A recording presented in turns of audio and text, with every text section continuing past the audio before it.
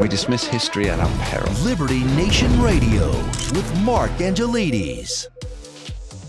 Does he or doesn't he? Only his tweet writer knows. Does Joe Biden actually look at the economics tweets that he puts out? Well, it seems that with the community notes and the fairly savage ratio that attends each one of his postings, the answer might well be no.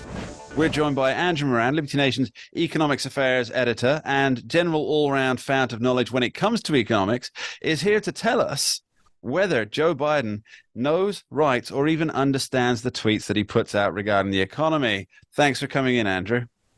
Thank you for having me. And I would add one more thing, though. Liberty Nation's Twitter account fact-checks Biden's tweets regularly, so our audience should also check. Well worth clicking on a link to that to follow Liberty Nation's Twitter account. It's full of fun and Seinfeld references for those who appreciate such a highbrow humor. Now, Andrew, so I think we've both been watching this steady stream of infographics and messages from the Joe Biden and the presidential Twitter accounts coming across on social media, where the White House is claiming these huge wins, and then they get fact-checked and community notes, and people just, I mean, there's not a positive response there because it seems that they're all lies. Has Joe Biden become Pinocchio Joe?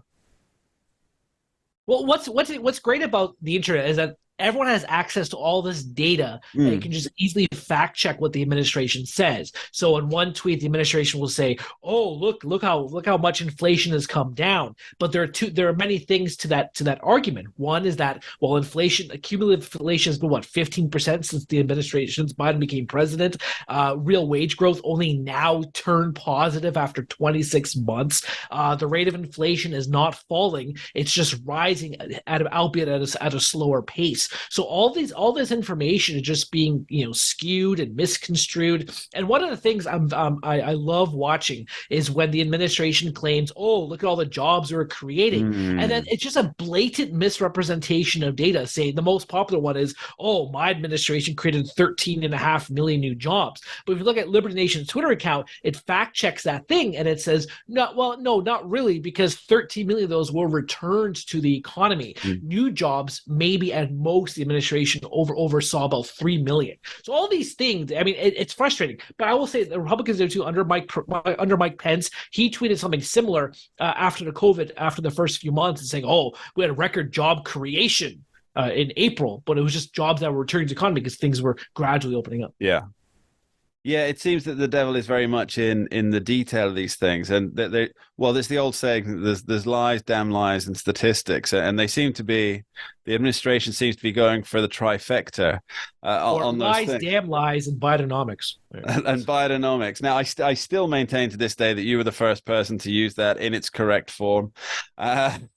So please do check out Andrew's writing on the pages of libertynation.com. Now.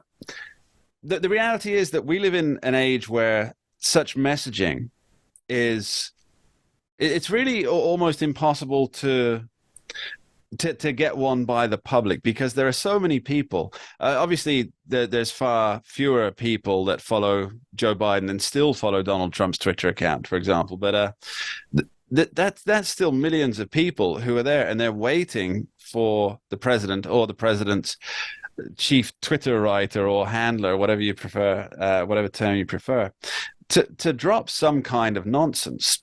And it seems that almost every tweet I'm seeing fact checks or corrections on these things. How do they think they can get away with it? I mean, sure, they're politicians and they figure, yeah, at least this bunch of people are going to vote for me no matter what. I get that. But to even bother putting such things out on the record. Well, I guess I'm not gonna attest to, let's say, I don't know, gun facts or the political wheelings and dealings in Capitol Hill. But I think when it comes to economics, it's not a very fun subject. People see dollars and cents and adding and subtracting, and their eyes roll in the back of their heads. So I think maybe that's what the administration is betting on. But as I said earlier, there's so much access to all this data, and it's very simple too. I mean, if you look at the St. Louis Fred data, which Liberty Nation frequently quotes or cites, it's very simple. It's very chart based and so all that stuff. But overall, I think it's just the subject matter. I mean, Sarah Cowgill, our national correspondent, anytime she talks about economics, she gets bored out of her mind, and she gets glassy eyed and starts slinging homegrown epithets at people. Yeah, so maybe that's the case. Maybe that's what the administration's banking on. So let's talk about how the economy actually is doing. So you mentioned something that I see a lot of people make a similar judgment when they say, well, inflation's down. You talked about this, and you said why there are many variable factors on how to interpret that, different lenses through which to look at the number that inflation is down. And there were two there's two that I always consider is number one, sure, it's down now, but is it down from when you started your term? And I think that's probably the most important thing. So, for example, inflation I'm not saying Donald Trump was great for inflation. I mean, a lot of the money that comes due from the things that he put in there, I mean, that's going to add to stuff. But yes, I think it was like 1.8% thereabouts.